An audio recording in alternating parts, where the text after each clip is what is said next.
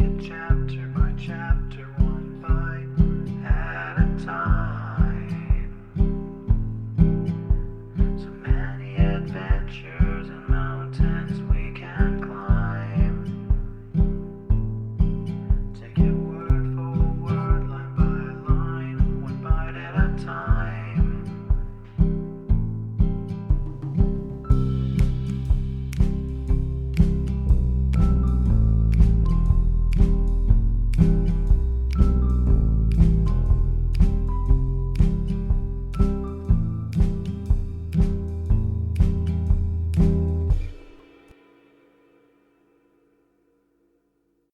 Welcome to Bite at a Time Books, where we read you your favorite classics one bite at a time.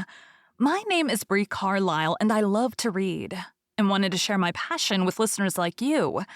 If you want to know what's coming next and vote on upcoming books, sign up for our newsletter at biteatatimebooks.com.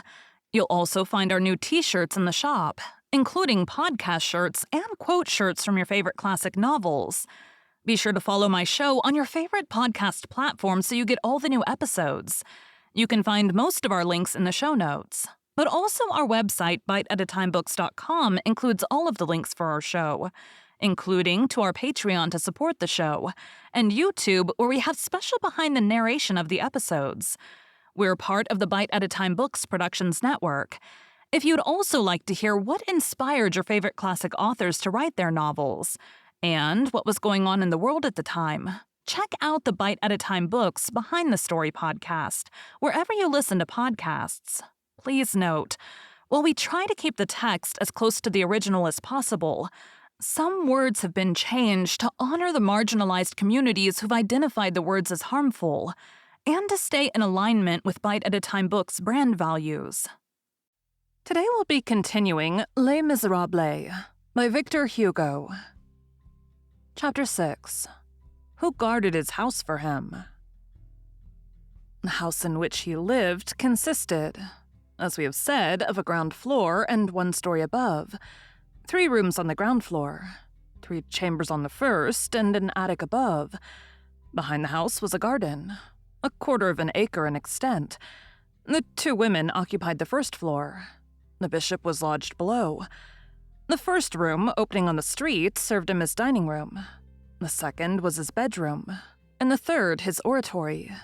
There was no exit possible from this oratory, except by passing through the bedroom, nor from the bedroom without passing through the dining room. At the end of the suite, in the oratory, there was a detached alcove with a bed, for use in cases of hospitality. The bishop offered this bed to country curates whom business or the requirements of their parishes brought to D. The pharmacy of the hospital, a small building which had been added to the house and abutted on the garden, had been transformed into a kitchen and cellar. In addition to this, there was in the garden a stable, which had formerly been the kitchen of the hospital, and in which the bishop kept 2 cows. No matter what the quantity of milk they gave, he invariably sent half of it every morning to the sick people in the hospital. "I am paying my tithes," he said. His bedroom was tolerably large and rather difficult to warm in bad weather, and wood is extremely dear at D. He hit upon the idea of having a compartment of boards constructed in the cowshed. Here he passed his evenings during seasons of severe cold. He called it his winter salon. In this winter salon, as in the dining room, there was no other furniture than a square table in white wood, and 4 straw-seated chairs. In addition to this, the dining room was ornamented with an antique sideboard, painted pink in watercolors. Out of a similar sideboard, properly draped with white napery and imitation lace, the bishop had constructed the altar which decorated his oratory. His wealthy penitents and the sainted women of D had more than once assessed themselves to raise the money for a new altar for Monsignor's oratory. On each occasion, he had taken the money and had given it to the poor. "The most beautiful of altars," he said, "is the soul of an unhappy creature consoled in thanking God." In this oratory there were 2 straw prie-dieu, and there was an armchair also in straw in his bedroom. When by chance he received 7 or 8 persons at one time, the prefect or the general or the staff of the regiment in garrison, or several pupils from the little seminary, the chairs had to be fetched from the winter salon in the stable, the prie-dieu from the oratory, and the armchair from the bedroom, In this way, as many as 11 chairs could be collected for the visitors. A room was dismantled for each new guest. It sometimes happened that there were 12 in the party. The bishop then relieved the embarrassment of the situation by standing in front of the chimney if it was winter, or by strolling in the garden if it was summer. There was still another chair in the detached alcove, but the straw was half gone from it, and it had but 3 legs, so that it was of service only when propped against the wall. Mademoiselle Baptistine had also in her own room a very large easy-chair of wood, which had formerly been gilded and which was covered with flowering pekin. But they had been obliged to hoist this bergère up to the first story through the window, as the staircase was too narrow.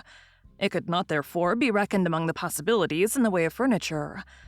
Mademoiselle Baptistine's ambition had been to be able to purchase a set of drawing-room furniture in yellow Utrecht velvet, stamped with a rose pattern and with mahogany in swan's neck style, with a sofa.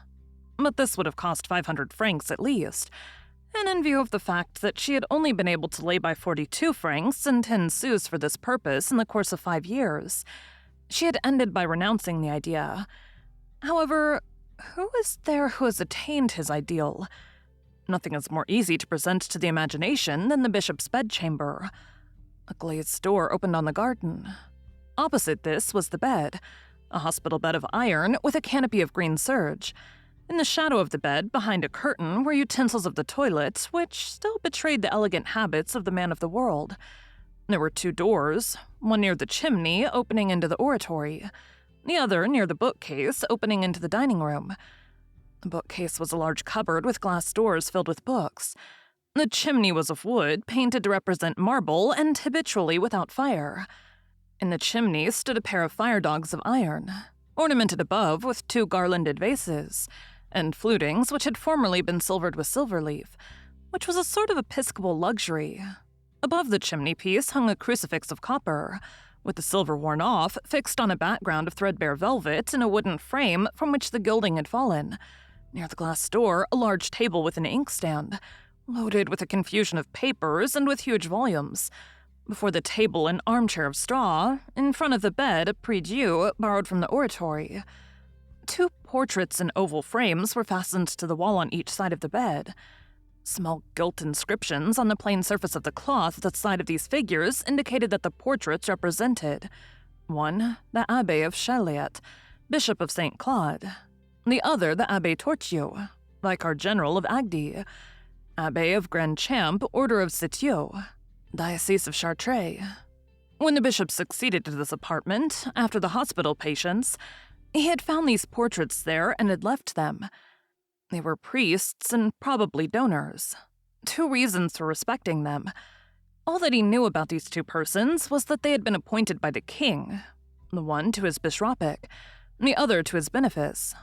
On the same day, the 27th of April, 1785, Madame Magloire having taken the pictures down to dust, the bishop had discovered these particulars written in whitish ink on a little square of paper yellowed by time, and attached to the back of the portrait of the Abbé of Grand Champ with 4 wafers.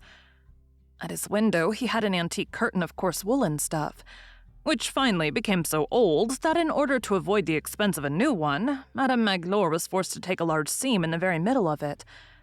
This seam took the form of a cross. The bishop often called attention to it. "How delightful that is," he said.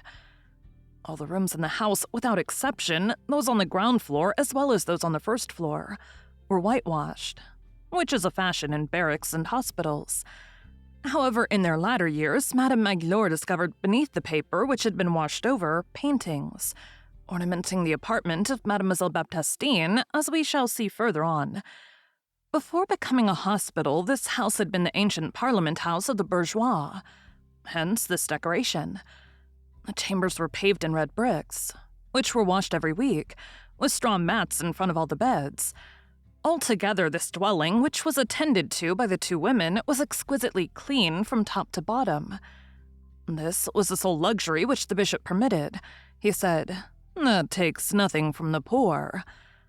It must be confessed, however, that he still retained from his former possessions 6 silver knives and forks and a soup ladle, which Madame Magloire contemplated every day with delight as they glistened splendidly upon the coarse linen cloth. And since we are now painting the Bishop of D as he was in reality, we must add that he had said more than once, "I find it difficult to renounce eating from silver dishes." To this silverware must be added 2 large candlesticks of massive silver, which he had inherited from a great aunt. These candlesticks held 2 wax candles and usually figured on the bishop's chimney-piece. When he had anyone to dinner, Madame Magloire lighted the 2 candles and set the candlesticks on the table. In the bishop's own chamber, at the head of his bed, there was a small cupboard, in which Madame Magloire locked up the 6 silver knives and forks and the big spoon every night. But it is necessary to add that the key was never removed. The garden, which had been rather spoiled by the ugly buildings which we have mentioned, was composed of 4 alleys in cross form, radiating from a tank. Another walk made the circuit of the garden, and skirted the white wall which enclosed it. These alleys left behind them 4 square plots rimmed with box. In 3 of these, Madame Magloire cultivated vegetables. In the 4th, the bishop had planted some flowers. Here and there stood a few fruit trees.